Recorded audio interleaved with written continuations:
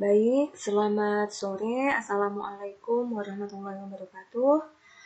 Perkenalkan, saya Dewi Nindya. Saya akan menyampaikan materi secara video terkait persamaan aljabar nonlinier. Nah, perlu kalian ketahui bahwa persamaan aljabar nonlinier ini adalah materi video yang pertama kali saya upload untuk mata kuliah komputasi teknik kimia.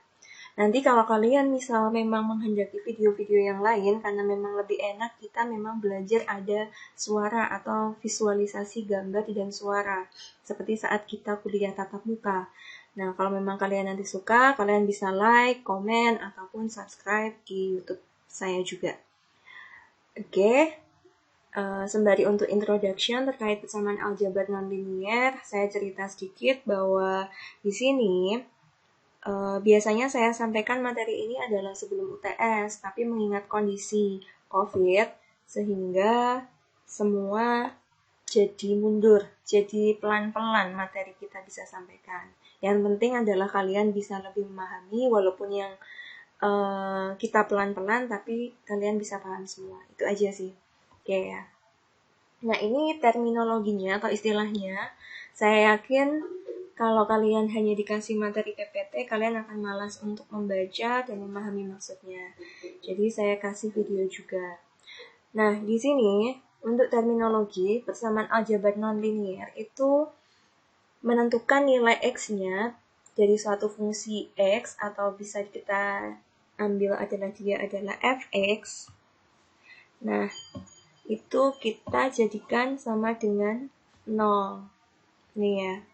Nah, kalau ada yang tanya, seperti apa sih contoh dari persamaan aljabar nonlinier?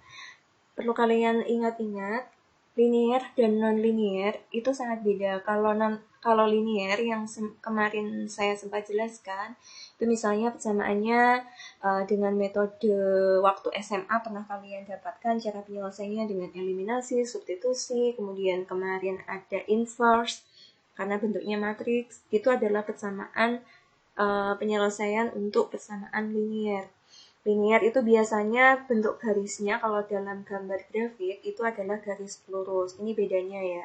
Kalau linier ini garisnya bisa gini, bisa persamaan linier itu garisnya bisa seperti ini yang linier. Tapi kalau non-linier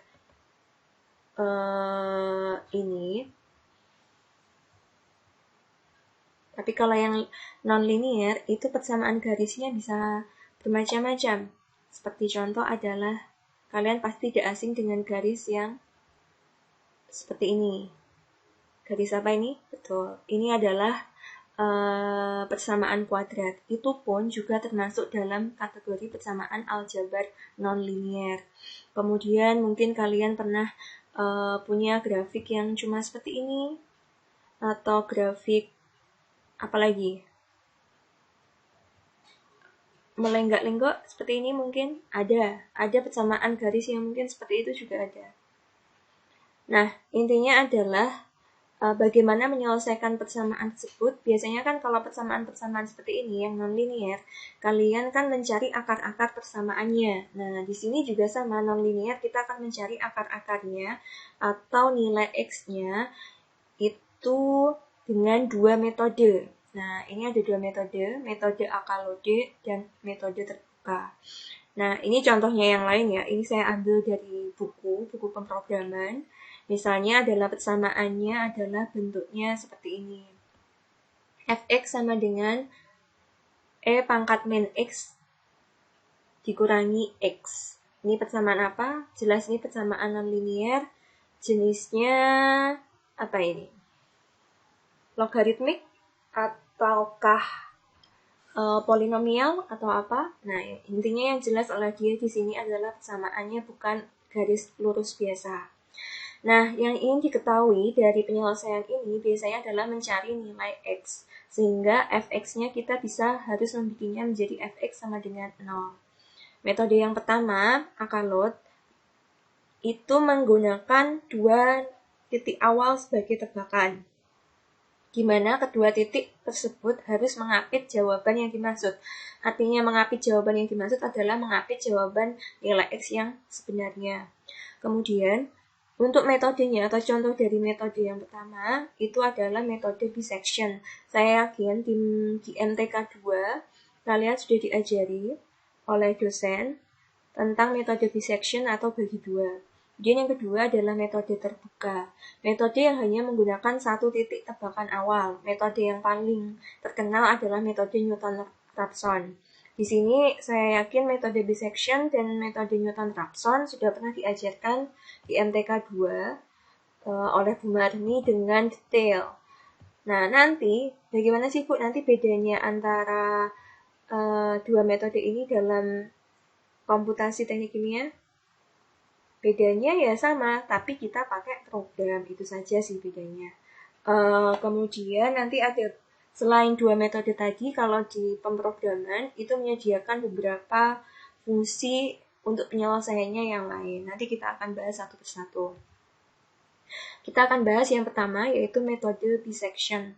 Bisa kalian lihat, ini adalah tampilannya. Jika misalnya persamaannya, kalau digambar di grafik, itu persamaannya garisnya seperti ini, atau garisnya seperti ini. Jadi dia biasanya kalau non-linear memang bentuknya adalah lengkungan. Nah, ini adalah karena menggunakan dua nilai tebakan, ini biasanya kita asumsikan tebakan yang pertama adalah XA, tebakan yang kedua adalah XB, sama. Oke ya. Nah, cara untuk bisection adalah sebagai berikut, langsung ya ke caranya. Jadi step by stepnya, kalian tadi sudah tahu maksudnya bisection adalah bagi dua, bagaimana menentukan akar persamaan nilai X-nya itu dengan dua titik tebakan. Dua titik tebakan di sini yang diambil adalah XA dan juga XB. Langkah yang pertama, kalian harus terlebih dahulu menentukan nilai XA dan nilai XB. Jadi tebakannya ada dua, XA dan XB dalam suatu interval. Nah, di mana nilai X yang mau kita cari, ini adalah X yang sebenarnya, yang mau kita cari adalah harus berada pada interval tersebut. Bagaimana jika nilai tebakan kita tidak berada pada interval tersebut? Ya, maka kita harus mengganti nilai XA atau nilai XB agar berada dalam interval. Caranya tahu bagaimana? Nah, kita lihat step yang berikutnya. Pertama kita ini ya, tebak. Kita perkirakan dulu suatu tebakan XA sama XB. Itu langkah pertama. Kemudian yang kedua, mencari nilai Fx pada XA dan XB serta XM. XM atau tengah-tengah interval. XM itu bisa dinyatakan juga XM adalah XA plus XB per 2.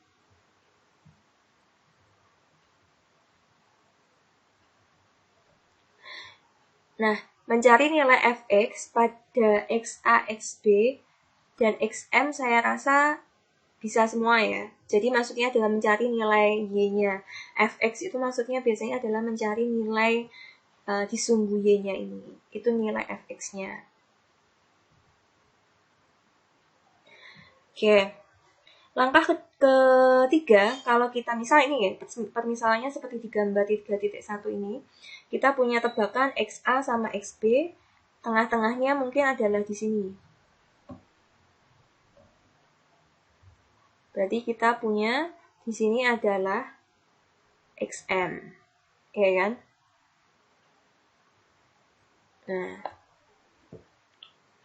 jika interval betul, maksudnya intervalnya nilai X-nya itu di antara XA dan XB, maka Fx pada XA dan XB harus berlawanan tanda, positif, yang satunya positif, yang satunya negatif, dan sebaliknya.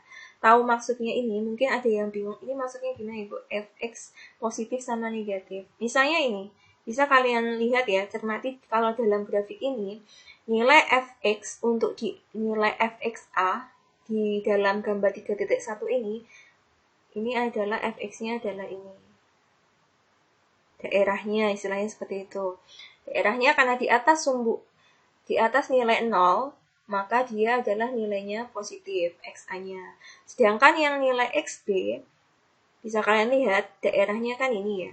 Ingat, nama ini erat juga ya kaitannya sama semacam ini ya. XP-nya kan di sini nilainya ini sih titiknya ya.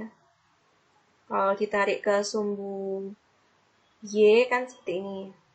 Ini positif, sedangkan untuk XB adalah nilainya negatif.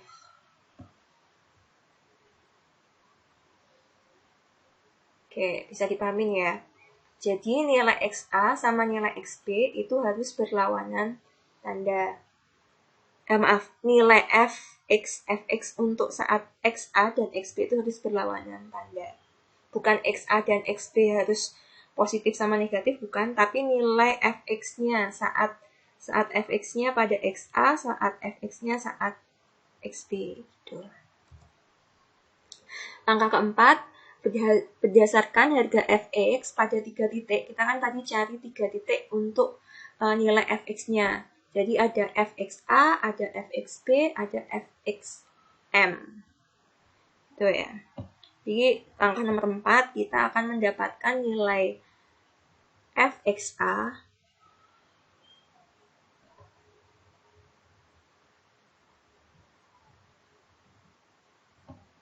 kemudian ada Fxb,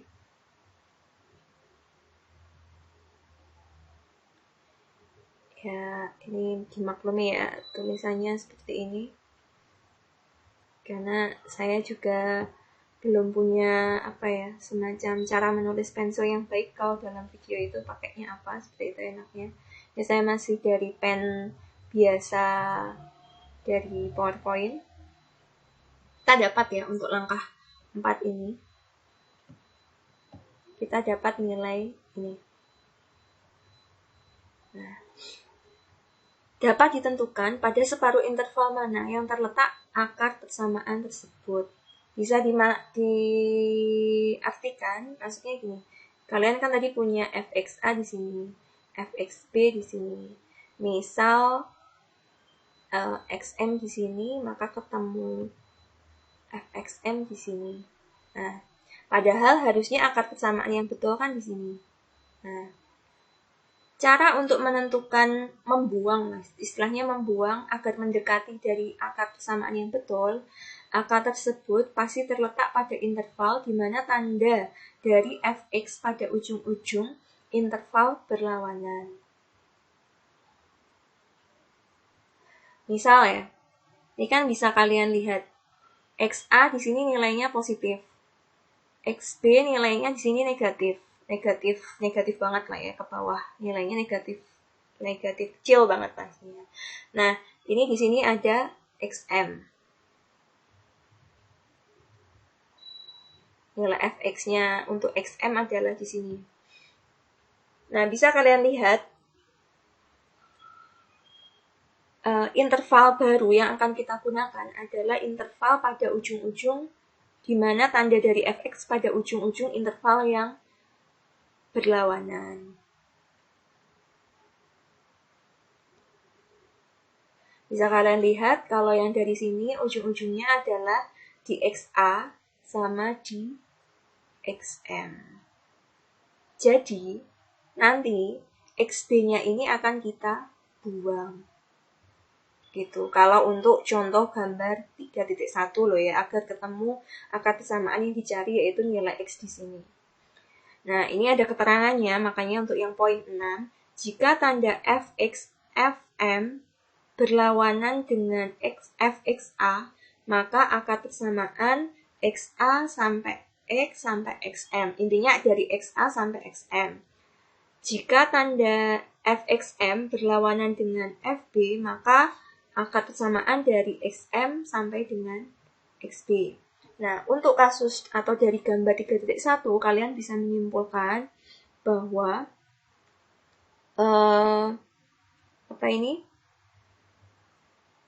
Xm, Fxm sama Fxb itu kan nilainya sama-sama negatif ya. Fxm sama Fxb itu kan negatif. Nah, jadi artinya kalau sama-sama negatif berarti Xb yang di sini ubah ke nilai yang baru, yaitu XM sama dengan XB. Begitu maksudnya. Jadi intervalnya berubah, yaitu dari kondisi batas yang semula XA sampai XB berubah menjadi XA sampai XM. Itu maksudnya.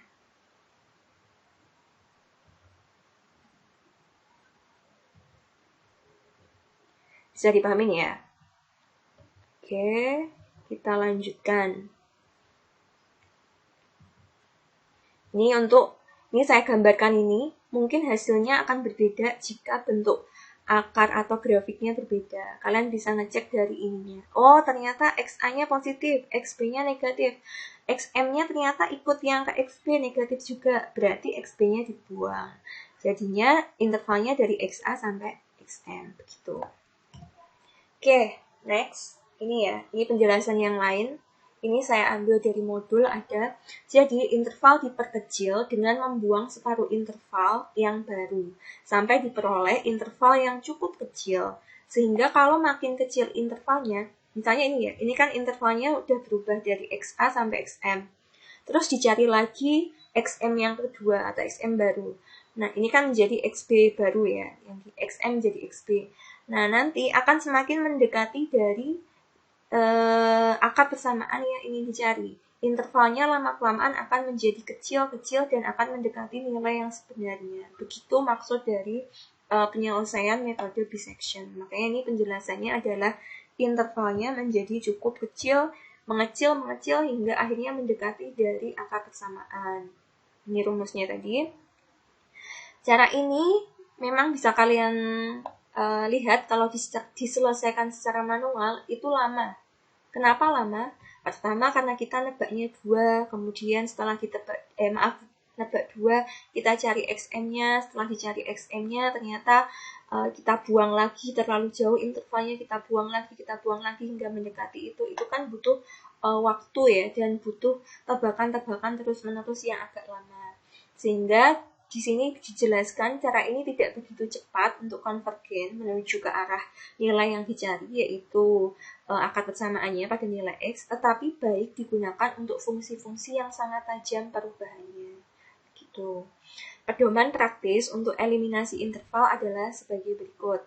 Ini ada penjelasannya. Jika fxa dikali fxm lebih besar dari 0, maka xa baru adalah sama dengan xm dan xb tetap. Kemudian yang kedua, jika fxm dikali fxb lebih besar dari 0, maka xb baru itu adalah sama dengan xm dan xa sama dengan tetap. Maksud ya ini ya. Kalau ada pertanyaan bisa diajukan di grup atau lewat komen di YouTube juga boleh. Nah, ini, Bu, ini kok bisa ya? fxa kali fxm sama dengan 0, sama dengan lebih besar dari 0, itu artinya adalah misalnya hasil fxa itu negatif, fxm-nya itu negatif kali negatif kan positif atau lebih besar dari 0. Kalau hasilnya lebih besar dari 0 atau positif, berarti bisa dipastikan xa-nya ini harus diganti dengan xm. Gitu pemahamannya. Karena kan salah otomatis tebakan kita. Ini maksudnya yang harus dibuang. Gitu. Ini juga sama, kalau fxm dikali fxb itu lebih besar dari 0, berarti kan hasilnya positif, maka xb baru itu harus sama dengan xm dan xa-nya tetap. Itu pedomannya. Bisa dipahamin ya?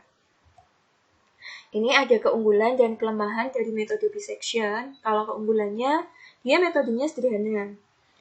Dan jadi tidak ribet sih sebenarnya. Cuma 2 tebakan, kita cari fx-nya, kita perkecil intervalnya seperti itu. Kemudian keunggulannya yang lain, dia akan pasti konvergen, walaupun ada kelemahan-kelemahan yang terjadi dengan metode bisection.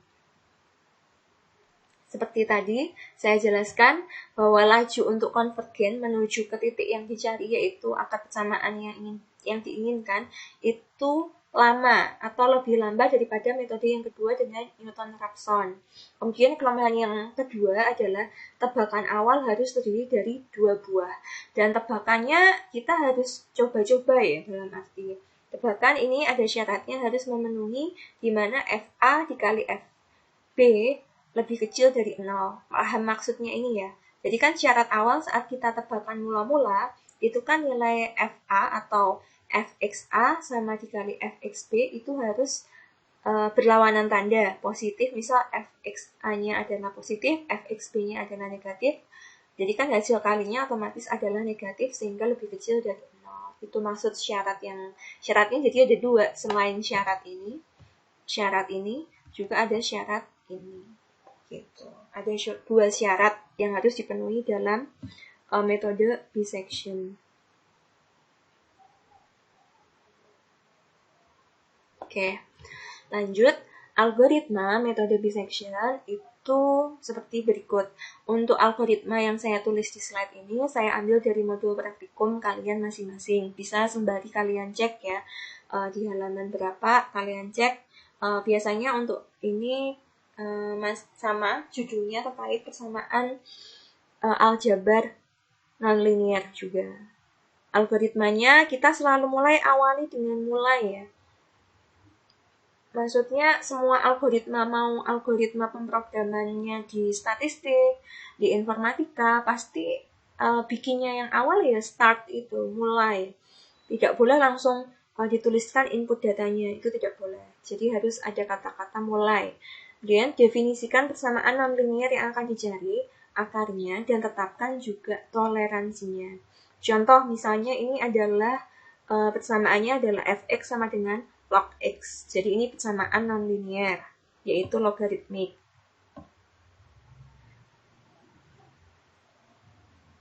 Nah, dengan toleransi itu maksudnya adalah batas yang diizinkan agar nilai x-nya itu betul-betul mendekati nilai yang sebenarnya. Dari tebakan kita, toleransi semakin kecil, itu semakin bagus. Berarti mendekati dari keadaan yang konvergen atau keadaan yang sebenarnya yang kita cari. Harus kecil. Ini kan 1 kali 10 pangkat minus 5. Jadi kan 0,00005 gitu ya. Semakin kecil semakin baik. Kemudian langkah yang kedua untuk algoritmanya adalah tetapkan dua buah tebakan awal, yaitu XA dan XB. Oke ya. Bu, bagaimana cara menentukan nilai tebakan? Nah, menentukan nilai tebakan ini tidak mudah jika kalian tidak sering latihan soal. Misalnya untuk soal, kalau ini soal logaritmik, mungkin masih bisa dinalar lah ya. Ambil aja contohnya ini fx sama dengan log x. Kita ambil 1 pun mungkin juga nggak masalah. 1, xb-nya sampai 10 nggak masalah.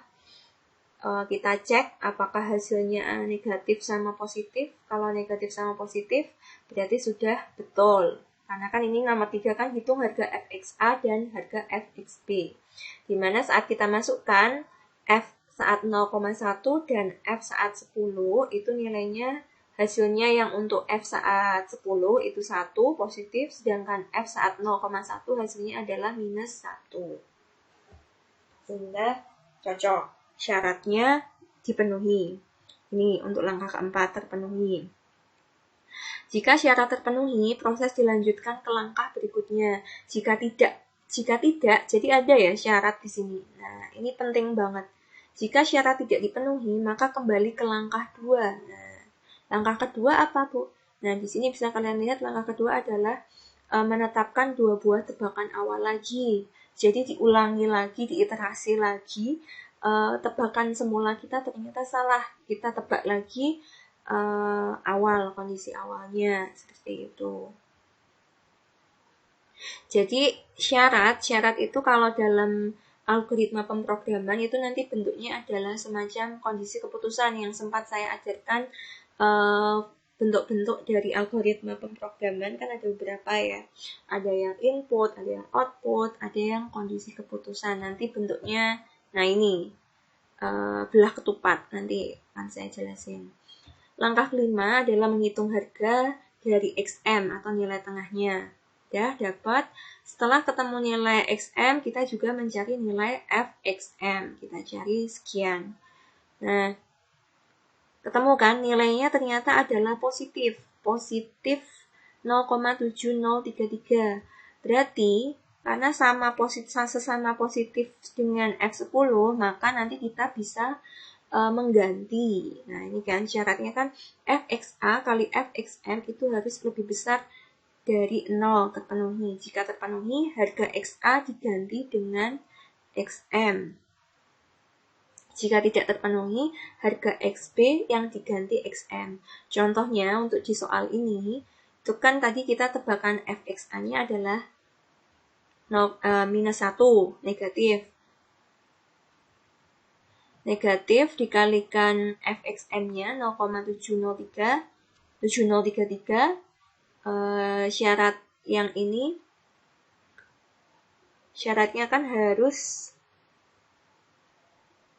lebih besar dari 0. Kalau lebih besar dari 0, ini kan lebih kecil dari 0, maka tidak terpenuhi. Sehingga diganti. Harga XP-nya yang diganti XM. Sehingga XP baru adalah 5,05. Jadi, intervalnya yang semula antara, berapa tadi ya? Kita akan bikin tebakan tadi intervalnya dari 0,1 sampai 10. Saya tuliskan. Jadi, kita punya ini cara alurnya 0,1 sampai 10. Ini tebakan kita yang lama diganti menjadi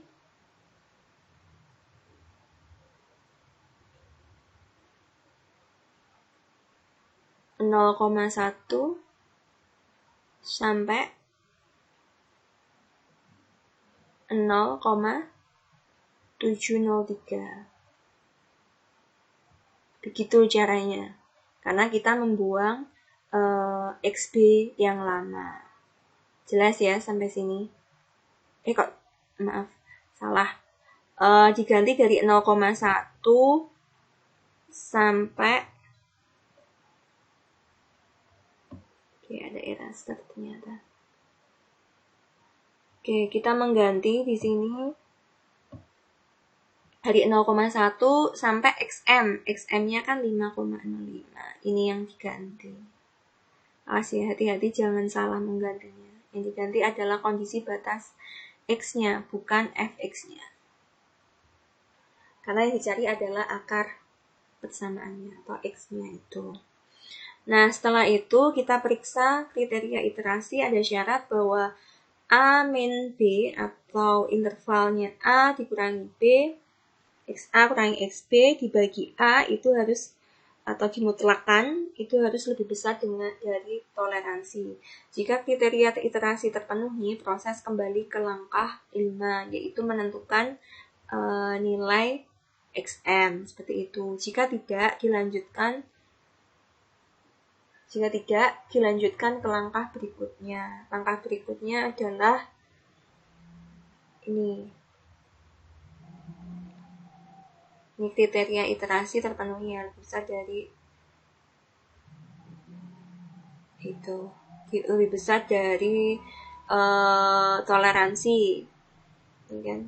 Besar dari toleransi 49,5, sehingga diulangi lagi mencari nilai tebakannya lagi, XM-nya itu dicari lagi, dan seterusnya, begitu seterusnya. Jadi diulangi lagi hingga sampai pembuat akarnya ini A min B per A itu sama dengan 0, mendekati 0. Karena kan diinginkan memang sampai 0 kan, Fx-nya agar ketemu akar persamaannya. Kayak kalian penyelesaian persamaan kuadrat misalnya, kalian mau mencari akar-akar persamaannya kan kalian buat semacam 0 kan, seperti itu Fx-nya. Begitu, hingga akhirnya selesai. Algoritmanya kalau ditulis dalam bentuk ini, dalam bentuk simbol-simbolnya, ini adalah seperti berikut. Kalian bisa mengecek ini di modul praktikum kalian. Jadi harus ada ini, mulai juga jangan sampai salah membuat ininya ya. Apa ini istilahnya, gambarnya, kotak lingkarannya. Di sini bentuknya adalah, ya ikutin aja. Kalau memang bentuknya dia lonjong seperti ini, lonjongnya mendatar, ya dibuatnya harus lonjong mendatar. Saya tidak tidak meminta kalian menggambar yang bagus, tapi paham maksudnya, karena ini ada arti masing-masing. Dan ini sudah berlaku tidak hanya untuk komputasi aja, tapi untuk di kuliah lain pun juga seperti ini. Gitu. Nah, kemudian kita masukkan definisi fx-nya atau persamaannya. Ini agak berbeda ya sama yang kemarin. Untuk inputnya itu ada data persamaannya, fx-nya itu isinya apa, toleransinya seperti apa. Kemudian input yang kedua kita tetapkan harga tebakan awal, yaitu nilai A dan nilai B. Setelah itu kita hitung harga FA dan FB-nya dulu di sini. Nah, jika ternyata harga FA dikali FB lebih kecil dari 0, berarti kan kalau lebih kecil dari 0 kan FA sama FB itu kan sama. Misalnya negatif kali positif. Ini kan syaratnya harus lebih kecil dari 0. Kalau misalnya tidak sesuai dengan syarat ini, maka dikembalikan lagi ke nilai tebakannya. Jadi kan syaratnya kan FA sama FB itu kan nilainya harus berlawanan tanda, positif sama negatif. Sehingga hasil kalinya adalah lebih kecil dari 0. Ini adalah syarat yang pertama atau kondisi keputusan yang pertama. Ini syarat yang pertama dalam metode dissection. Nah, kemudian kalau memang sudah oke, FA-nya negatif, misalnya FB-nya positif, maka kita lanjutkan mencari nilai tengahnya. Dari XA sama XB atau A dan B, kita cari nilai tengahnya, M sama dengan A plus B per 2. Kemudian ini perhatikan juga ya, di sini bentuknya sudah kotak atau persegi panjang, berarti dia menghitung program. Di sini juga menghitung program. Kalau di sini masih input, karena kita nebak. Datanya kita tebak sendiri, kita trial sendiri. Kemudian dari M kita ketemu, kemudian kita menghitung harga FM. Setelah harga FM ketemu, kita masukkan syaratnya. Ini syaratnya, syarat yang untuk kedua. Nah, nulisnya seperti ini. Jika FA dikali syaratnya itu adalah FA dikali FM harus lebih besar dari 0. Nah, jika iya, maka A sama dengan M. Jika tidak, maka B sama dengan M. Maksudnya A sama dengan M, nilai M di sini itu menjadi nilai A yang baru. Di sini juga sama, maksudnya B sama dengan M, artinya B yang baru itu adalah nilai M-nya. Begitu. Jadi, habis itu setelah ketemu B sama dengan M, kita juga mencari nilai FA-nya, FB-nya juga. Setelah itu, ada kondisi tebakan yang ketiga, kondisi keputusan yang ketiga, kondisi syarat yang ketiga adalah mengecek toleransinya. Toleransinya kan kita tahu, namanya juga angka persamaan kan mau mencari hingga pembuat 0, maka toleransinya di sini syaratnya diinginkan adalah yang kecil. Nah, jika lebih besar dari toleransi, maka kita putar lagi atau kembali ke langkah sebelumnya. Kalau sudah enggak, lebih kecil dari toleransi, kita bisa menemukan hasil akhir yang sebenarnya. Begitu hingga akhirnya selesai. Begitu penjelasan untuk algoritma metode dissection.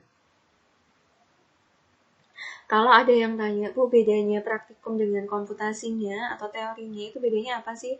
Nah, bedanya adalah sebenarnya untuk soal-soal yang akan saya keluarkan di komputasinya atau teori itu lebih ke algoritmanya yang saya tekankan. Tapi saat praktikum itu menekankan terkait ke arah simulasi programnya seperti itu. Misalnya punya studi kasus penyelesaian soal seperti ini, pakai program MFL-nya seperti apa, di-run di MATLAB seperti apa, begitu. Tapi kalau secara teori di kelasnya atau di kuliahnya ini hanya ke algoritmanya saja. Bisa kalian lihat kan kemarin saat saya UTS pun saya hanya minta algoritmanya, kecuali untuk M-file yang sederhana. Yaitu misalnya kan kemarin hanya mencari M-file untuk volume dari bak mandi sama luas permukaan bak mandi, seperti itu. Itu kan masih sederhana, harusnya sih betul jawabannya. Mungkin untuk yang nomor 3, kalau dikerjain dengan metode dengan ada M-file-nya yang susah. Tapi kalau untuk nomor 1 sama nomor 2 harusnya sih bisa betul gitu. Nah, ini untuk metode yang pertama, metode bisection, itu ada 2 M-file seperti metode eliminasi Gauss. Masih ingat ya, eliminasi Gauss itu adalah salah satu metode untuk penyelesaian persamaan aljabar linier. Nah, kalau aljabar nonlinear kita punya beberapa metode. Oke.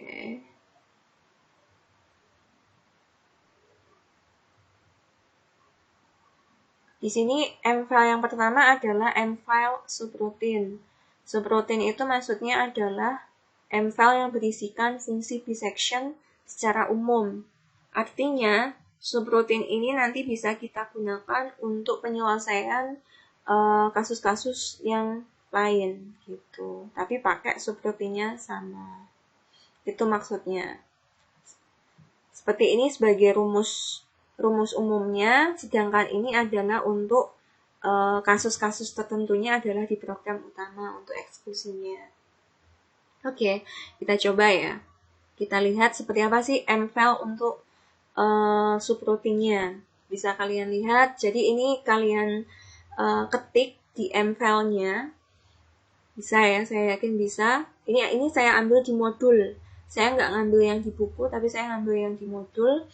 Ada sebuah function, kita tulis function spasi x, variabelnya yang kita mau cari adalah nilai x itu sendiri, sama dengan biseksi. Nah, untuk nama di sini, biseksi ini bisa kalian ganti-ganti. Tapi saran saya sih nama ini tetap seperti ini, biseksi.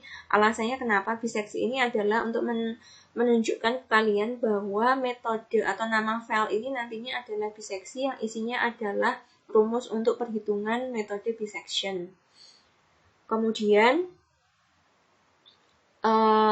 ini dalam kurungnya ada fungsi A, B, tol, di mana A, B itu adalah tebakan awal pertama, B tebakan awal kedua, tol adalah toleransi. Seperti itu.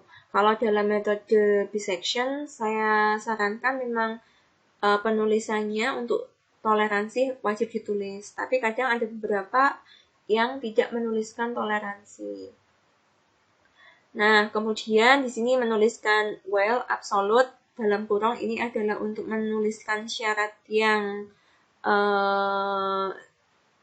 toleransinya terlebih dahulu, yang ini.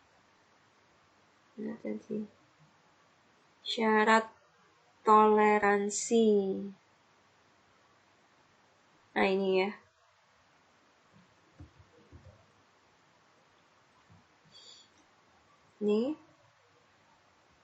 Ini FA, FB dievaluasi. Ini syarat yang kedua. Ada jika FA lebih besar dari jika FA dikali FB lebih besar dari 0, error dalam kurung seperti ini, masukkan tebakan A dan B yang berbeda. N ini adalah untuk if yang pertama ya, atau syarat yang pertama ini, kedua.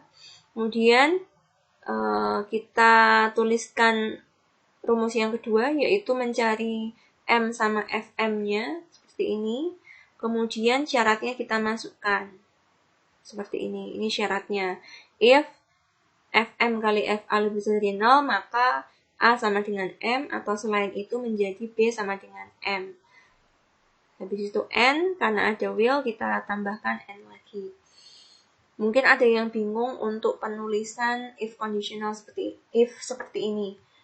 Ini ada caranya sih sebenarnya, ada materi lain kalau memang kalian ingin tahu cara penulisan untuk apa sih if seperti ini. Itu aja. Untuk persyaratan biasanya akan pakai if. Karena biseksi kan ada beberapa kondisi keputusan atau persyaratannya pasti pakai if. Hingga akhirnya kita akan memperoleh X sama dengan A plus B dibagi 2, udah. Sampai sini. Ini saya ambil copy paste semua dari modul. Nah, ini jangan digonta-ganti ya. Kalau yang bagian ini bikin aja copy paste semua seperti ini. Nah, untuk yang program utamanya, tinggal kalian masukkan function Y sama dengan kuadrat dalam kurung X. Kita masukkan Y-nya atau variabelnya, persamaannya adalah Y sama dengan X kuadrat plus 4X plus 3. Nah, persamaan ini, kalau secara sederhana ini kan persamaan kuadrat sederhana ya.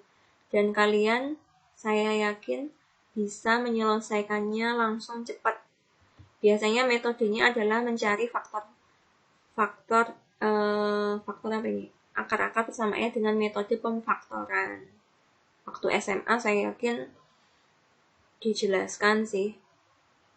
Nah, biasanya kan akan kalian buatkan seperti ini kan. Waktu SMA, ini waktu SMA loh ya. Oke. Adalah X.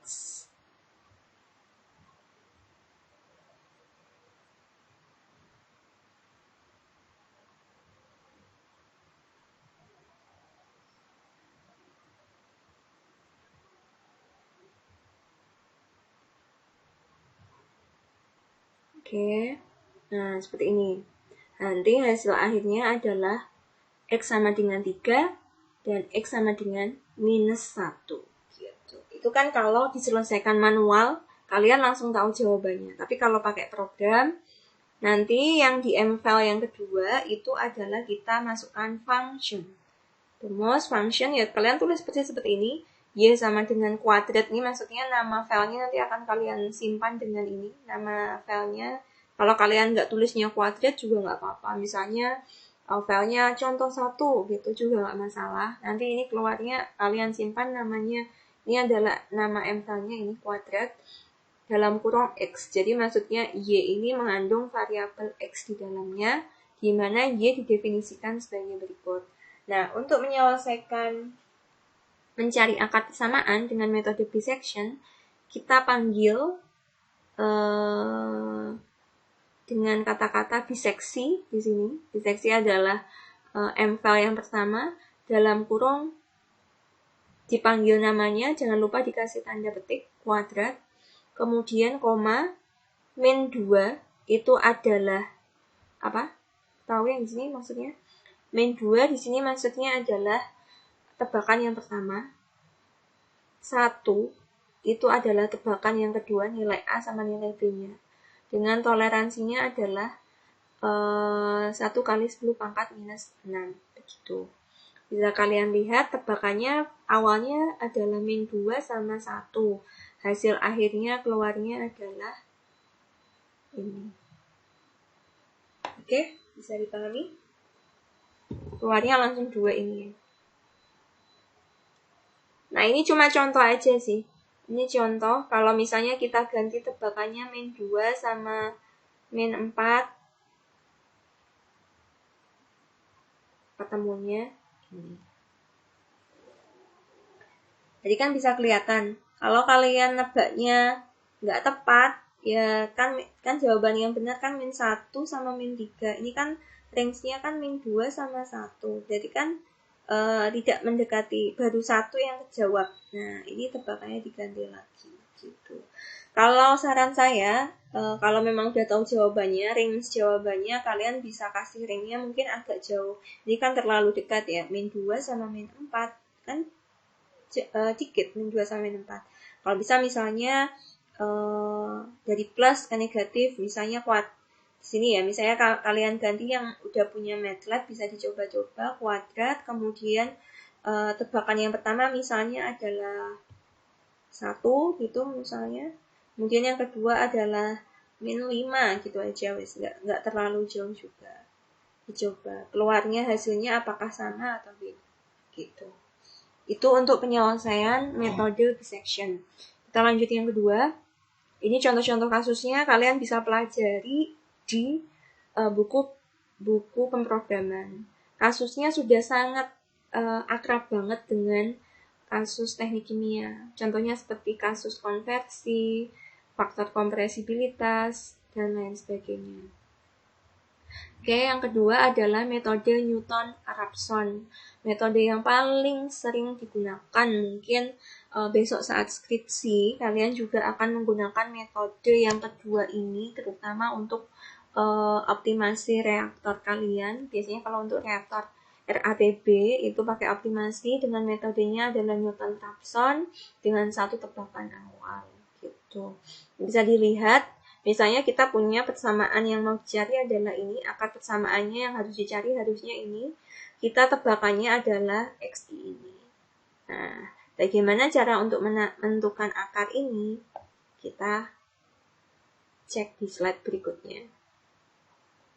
Metode Newton-Raphson itu adalah metode yang paling populer untuk mencari akar persamaan aljabar nonlinier.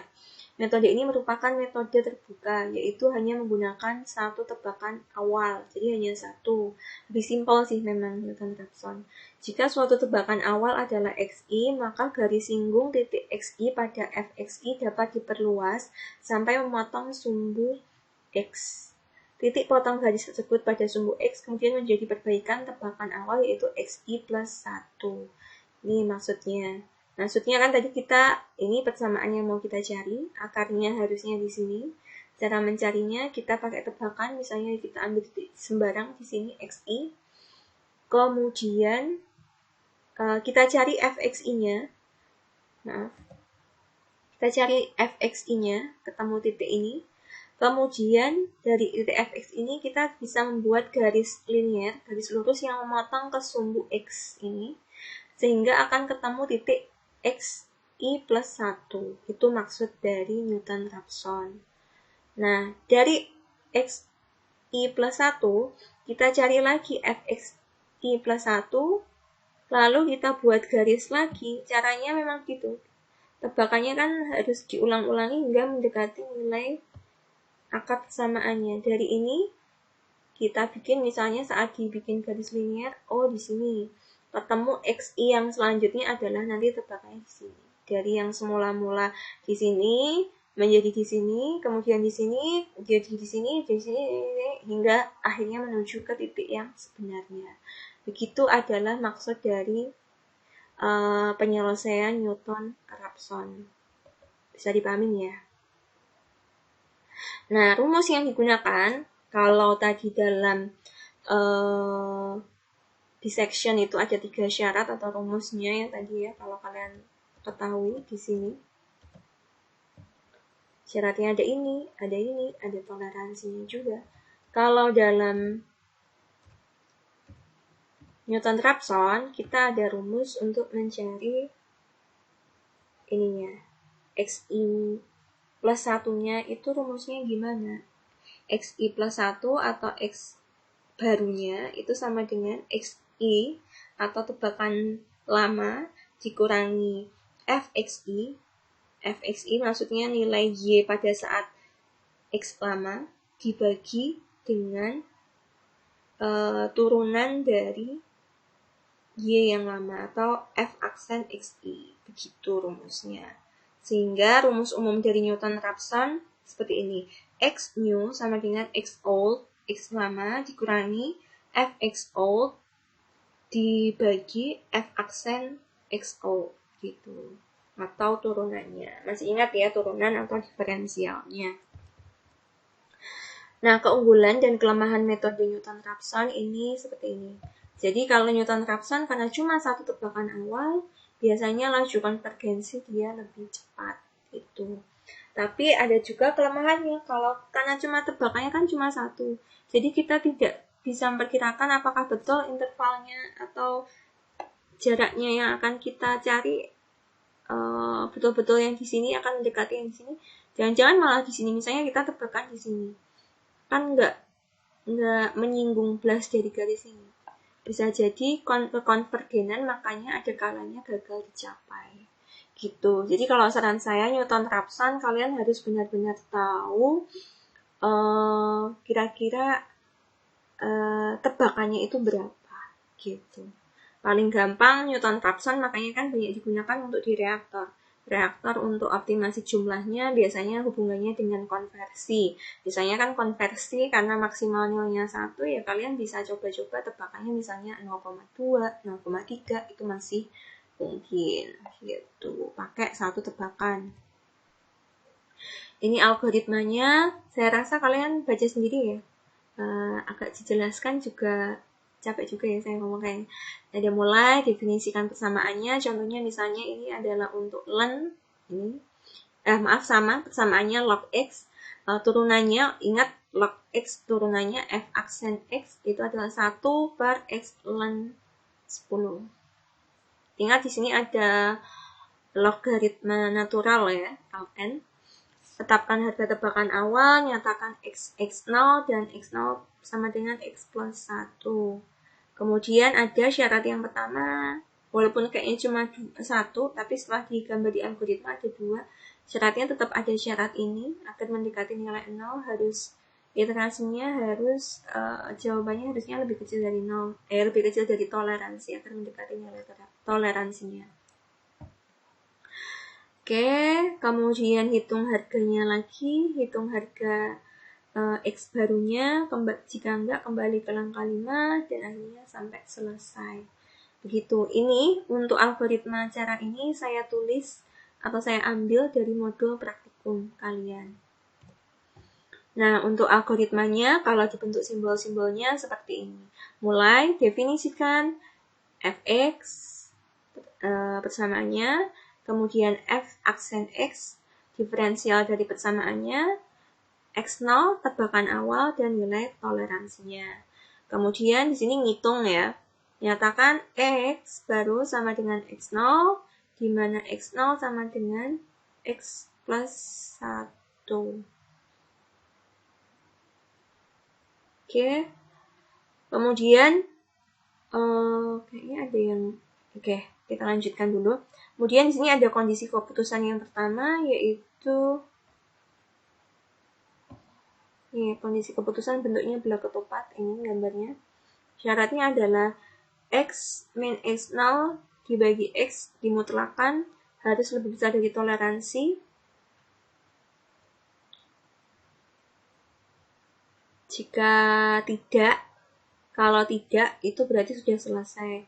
Tapi kalau iya, berarti ada ngitung lagi x0 sama dengan x, hitung harga fx0, harga f aksen x0, kemudian hitung harganya ini, harga x barunya, ini di sini adalah ngitung harga x barunya, lalu kita masukkan lagi, kita cek lagi harga x barunya ini dengan x lama, apakah lebih besar dari 0, lebih besar dari toleransi, kalau masih lebih besar, diulangi lagi, diiterasi lagi. Kalau sudah akhirnya mendekati toleransi atau kecil dari 0, kecil dari toleransi, maka dilanjutkan ke sini. Hingga akhirnya selesai. Berarti dapat jawabannya adalah, jadi ini output ya, output yang diinginkan dalam persamaan aljabar non-linear itu adalah akar-akar persamaannya, yaitu di sini nilai x-nya. Sama kan kayak kemarin yang nomor 3 yang saya ambil di soal UTS, itu kan mencari nilai x1, x2, x3 kalau nggak salah, sampai x4 mungkin. Yang soal campuran batuan atau apa kalau nggak salah di contoh gitu ya. Saya rasa nggak masalah. Lanjut ke MPL-nya juga ada 2, tapi ditulis 1 pun tidak masalah. Tulisnya seperti ini. Ingat ya, nah ini penting buat kalian ketahui. Nulis persen itu nggak usah ditulis pun nggak apa-apa. Ini kan hanya untuk keterangan, hanya untuk semacam ya aksesoris lah istilahnya, tambahan aja biar misalnya nggak bingung, oh maksudnya fungsi itu apa, fungsi yang akan dicari akar-akarnya. Maksudnya fungsi di sini misalnya fungsi kuadrat kayak namanya apa, di fungsi itu apa turunan pertamanya. Gitu. dan lain sebagainya. Ini X0, ini adalah tebakannya karena cuma 1, dan toleransi nilainya berapa. Oke, seperti ini lagi, hingga akhirnya N. Saya tidak ngajari ini, saran saya, karena ini adalah rumus umum, kalian bisa coba atau copy, yang bisa ngeran program MATLAB-nya, langsung di copy, habis itu disimpan, nama MFile-nya adalah new rep. Oh iya, di sini bedanya, kalau yang tadi buatnya adalah function sama function X. Hanya variabel X saja yang sudah ada A, B, toh. Tapi kalau dalam Newton-Raphson, nulisnya adalah seperti bentuk matriks, seperti ini. Di sini ada X sama iterasi. Ada tulisannya di sini. Iterasi itu apa sih? Iterasi maksudnya adalah pengulangannya. Seperti itu. Diiterasi, diulang-ulangi lagi, hingga akhirnya ketemu nilai X yang sebenarnya. Nah, untuk MFile program utama, metode Newton-Raphson, kita ambil contoh sama, nulis program utama ya sama. Seperti ini, cuma nulis function, Y sama dengan kuadrat X misalnya, sama function D sama dengan D kuadrat X. Jadi ada 2 yang ditulis. Kenapa 2? Karena nanti yang dimasukkan dalam rumusnya itu kan 2 di sini. Kita panggil X iter sama dengan new rep, dalam kurung ini, tebakannya adalah 2, karena 2 itu tebakannya cuma 1, berarti tebakannya cuma 2. Di sini toleransinya adalah 1 kali 10 kali 6, sehingga ini hasilnya. Nah, nanti ketemunya adalah bentuknya adalah bisa matriks, bisa juga seperti ini hasilnya. Bentuknya tidak menyebutkan X1 min 1, X1, X2 min 3 gitu, enggak. Bisa jadi hasilnya seperti ini. Yang dalam bentuk matriks. Oke ya. Ini contoh-contoh kasus untuk yang persamaan aljabar nonlinier metode Newton-Raphson. Bisa kalian coba sendiri di buku pemrograman contoh 3.3 dan 3.4. Saya paling sering mengeluarkan untuk contoh 3.3 dalam soal UTS biasanya saya keluarkan biasanya, atau soal kuis kalau offline di kampus gitu. Bisa kalian pelajari sendiri ya. Kalau memang ada pertanyaan boleh ditanyakan. Oke, yang ketiga nggak ada di MTK 2, hanya ada di komputasi. Kalian temukan yaitu metode pakai penyelesaiannya fungsi F0. Nah, rumusnya, rumus gampangnya menghafalkan adalah cukup ini aja. X sama dengan F0 dalam kurung nama function yang mau dipanggil apa, kemudian X0 tol trace. Nah, di sini kadang-kadang kalau di F0 nulisnya hanya nulis tebakannya aja. Di F0 tebakannya hanya 1 sama kayak Newton-Raphson. Jadi kalau saya ibaratkan F0 sama Newton-Raphson itu hampir sama karena nilai tebakannya di sini hanya 1. Gitu.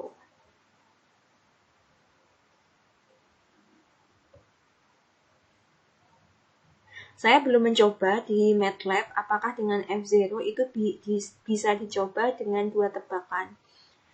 Mungkin bisa sih. Mungkin bisa. Saya yang agak kelupaan. Mungkin bisa tebakannya. Dan bentuknya dibikin semacam bentuk matriks nantinya. Nanti akan saya coba kalau di praktikum. Kalau di sini kan kita teori. Lebih ke teori. Dan algoritma yang kita bahas. Ini nama fungsi adalah nama suatu fungsi yang berisi persamaan yang akan dicari nilai nolnya. Yang kita panggil maksudnya sih sebenarnya. Kemudian X0 adalah nilai perkiraan awal, tapi bisa jadi tebakan awalnya hanya 1. Toleransi, itunya yang mau kita cari sampai toleransinya berapa. 0,000 mungkin semakin bagus ya. Artinya Jangan sampai nilai toleransi itu besar. Trace itu maksudnya adalah iterasi yang dilakukan itu berapa. Semakin besar trace-nya, itu berarti semakin bagus. Jadi maksudnya pengulangannya dilakukan terus-menerus. Tapi kalau terlalu banyak trace-nya atau iterasinya, otomatis kita menjalankan programnya lama. Karena dia ngitung atau mikir. Program MATLAB-nya dia mikir ya. Jadi lama. Tapi trace semakin besar juga semakin baik. Gitu. Ingat yang paling utama nih sudah ditulis, 2 parameter terdepan harus diisi, yaitu nama fungsi dan tebakan. Sedangkan tol sama trace kadang juga nggak usah ditulis, nggak masalah. Oke, nih. Oke.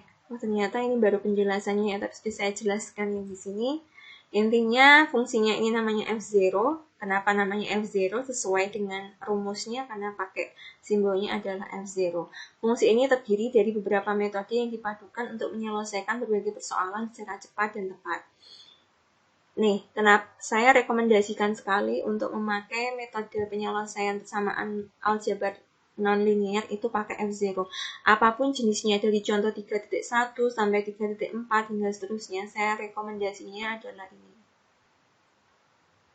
Dari 3 metode yang sudah saya jelaskan sampai ini loh ya. Saya rekomendasinya adalah metode pakai F0. Cepat sekali untuk mendapatkan hasil yang diinginkan. Kenapa?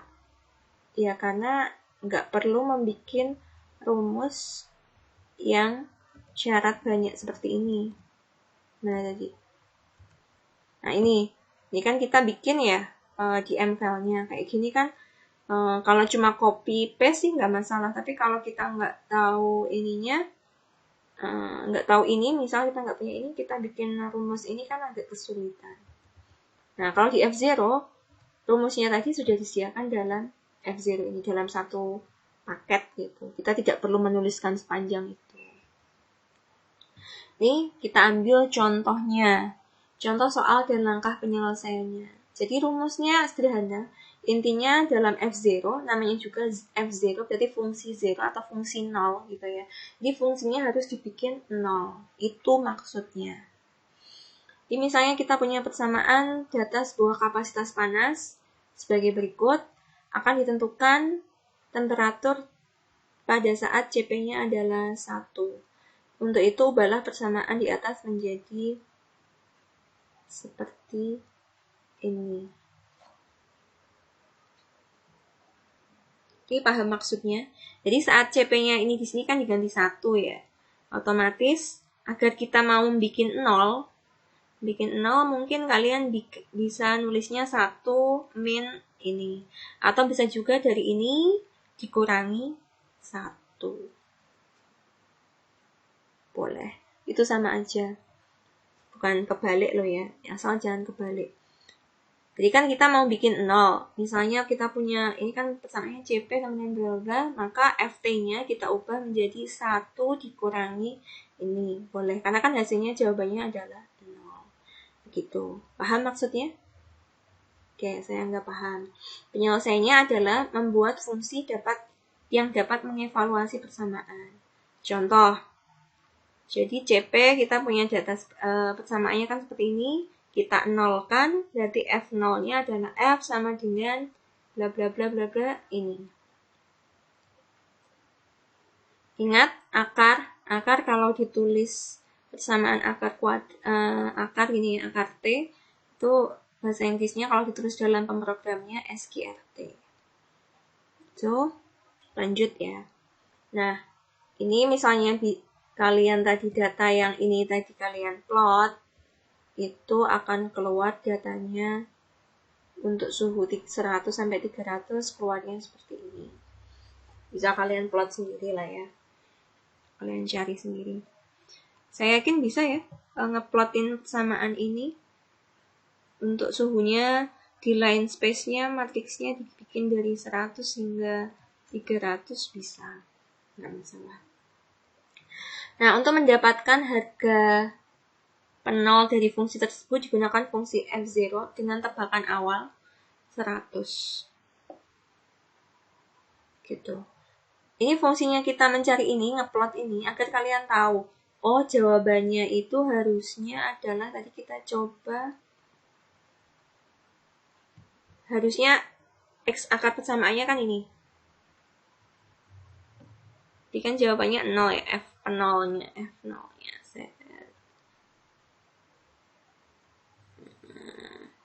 Kalau harga yang benar dalam F0 atau akar persamaannya, harusnya jawabannya adalah antara 180-an lah ya ketemunya. Di sini harganya ketemunya adalah 189 misalnya. Nah, bisa kalian cek, maka tebakannya juga kalau bisa saran saya itu jangan terlalu jauh dari nilai yang sebenarnya ini. Gitu. Misalnya diambil nilai tebakannya adalah 100. Kalau mungkin ada yang tanya, Bu, kalau tebakan saya 300, boleh-boleh aja, dicoba aja. Apakah saat 300 akan ketemu nilai ini? Nah, ini yang dinamakan ke-convert denial.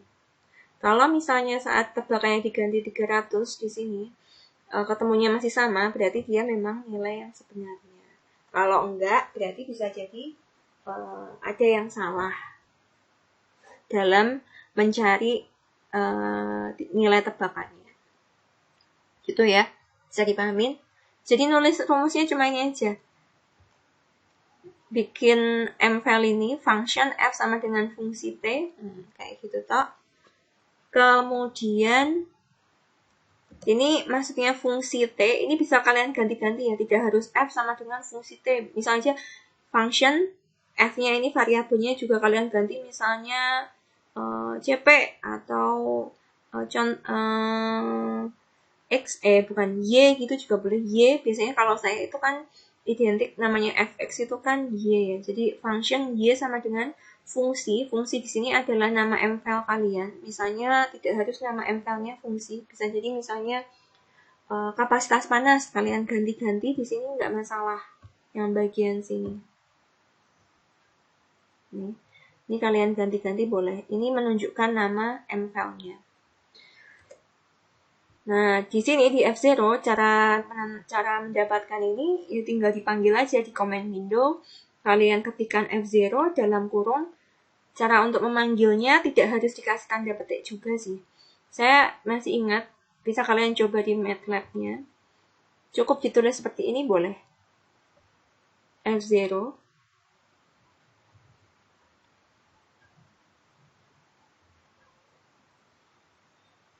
dalam kurung. Memanggil itu kalau di WhatsApp itu kan pakai add. Nah, sama. Add nama fungsinya. Saya ingat sih. Daripada pakai tanda petik, kadang-kadang kan kelupaan juga mengasih tanda petik sebelum dan sesudah nama mval-nya. Nama yang mau dipanggil mval-nya. Tulis saja add, kemudian nilai tebakannya, toleransi sama iterasinya nggak usah ditulis, nggak masalah. Dah, itu aja. Ketemunya sama nggak dengan ini? Silakan kalian cek di MATLAB-nya. Oke, ini contoh-contoh kasusnya dari contoh 3.5 hingga contoh 3.11. Biasanya saya sering banget keluarkan untuk di soal UTS dulu atau di kuis itu contoh 3.6 ini. Oke, bisa kalian lihat ya. Kalau ada pertanyaan boleh kalian sampaikan. Terakhir, ini adalah metode fungsi fsolve. Fungsi fsolve bisa kalian lihat itu misalnya F1, F2, F3, Fn seperti ini. Ada beberapa fungsi persamaan aljabar nonlinear yang bentuknya simultan. Beberapa. Jadi ini, fungsi fsolve adalah dalam persamaan nonlinear simultan ada banyak. Maksudnya simultan itu berarti ada beberapa persamaan aljabar nonlinear yang banyak akan dicari harga X1, X2, sampai Xn-nya. Dalam MATLAB, persamaan tersebut diselesaikan dengan fungsi fsolve. Bentuk persamaannya seperti ini. Langsung, contoh soal dan langkah penyelesaiannya. Misalnya kita punya seperti ini. Ini kan bisa kalian lihat ya. Ini kan persamaan polinomial juga. Sebentar. Kalau di sini polinomial order 3, order 2, kuadrat gitu kan. Yang sini juga polinomial. Tapi bentuknya ada persamaan akarnya juga hasilnya. Nah, bagaimana cara menyelesaikan mencari akar-akar persamaan, yaitu X-nya berapa, Y-nya berapa.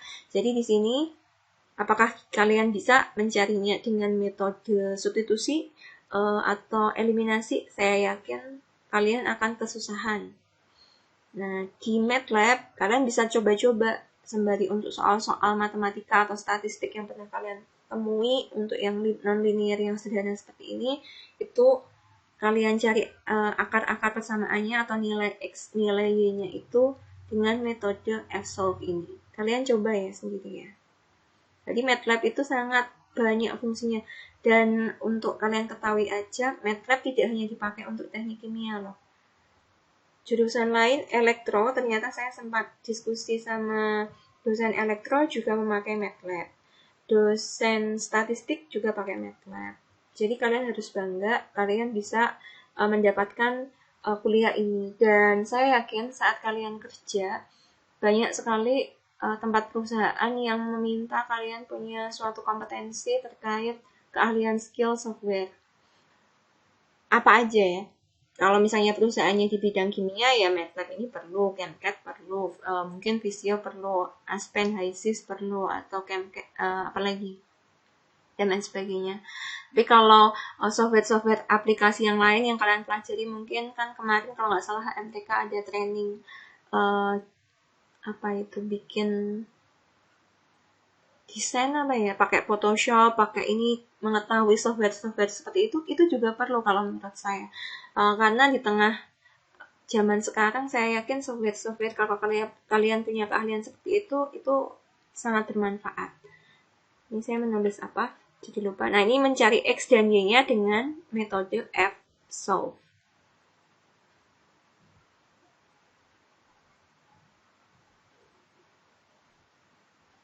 Udah mau selesai. Terakhir. Nah, ini caranya untuk menentukan eksekusi metode F-solve. Caranya untuk menuliskannya itu adalah memakai dua M-file, tapi nggak harus 2 M-file, sepertinya juga bisa sih. Saya belum coba.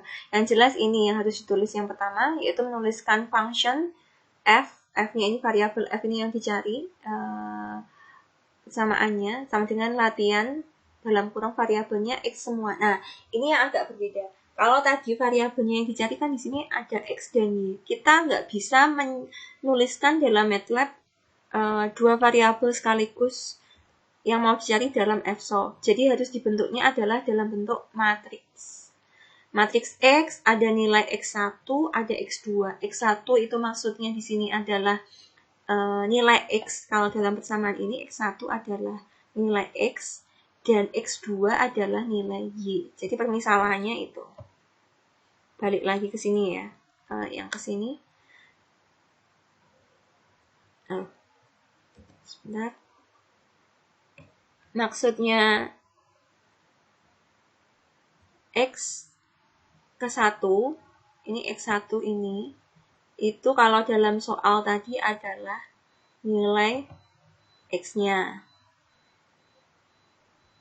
Nah, sedangkan X yang untuk yang kedua, yang dalam kurung kedua, itu adalah nilai Y-nya. Jangan sampai kebalik. Diingat, makanya waktu pertemuan awal saya selalu menekankan ke kalian terkait matriks. Itu penting sekali. Nah, ini yang pertama ditulisnya seperti ini, tidak perlu dienolkan, tapi kok tidak perlu dienolkan? Dienolkan dengan memindah nilai Y-nya ini, nilai ininya ya, nilai hasilnya sama dengannya ini dipindah ke sini agar persamaan yang pertama menjadi 0, agar persamaan kedua juga menjadi 0. Jadi ini yang persamaan pertama, X yang pertama pangkat 3 dikurangi 4X yang pertama dikali X yang kedua dikuadratkan, kemudian dikurangi 1/5. Spasi, bukan spasi, maaf. Enter. Ini bentuknya matriks. Matriksnya itu matriks matriks kolom. Jadi kolom yang pertama isinya ini, kolom yang kedua isinya ini. Gitu. Saya dipahami. Isinya itu, ini yang kedua juga seperti itu. Kemudian eksekusi untuk F-solve-nya adalah tanda ini. Karena dia bentuknya matriks, ya jawabannya untuk yang F-solve dia dalam bentuk matriks. Sama dengan, tanda kurung, X, F-val. F-val ini maksudnya adalah hasilnya.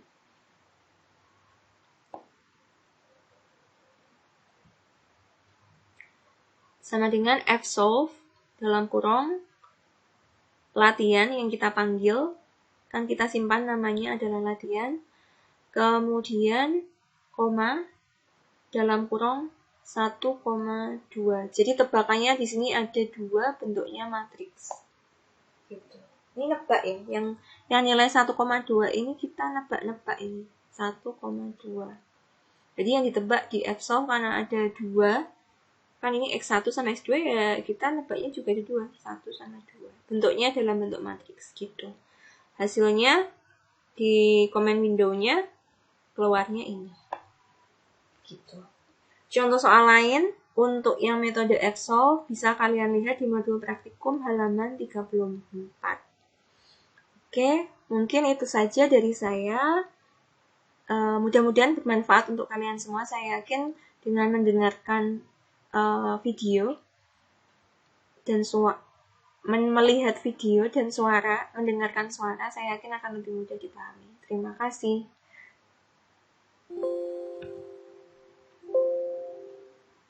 Okay.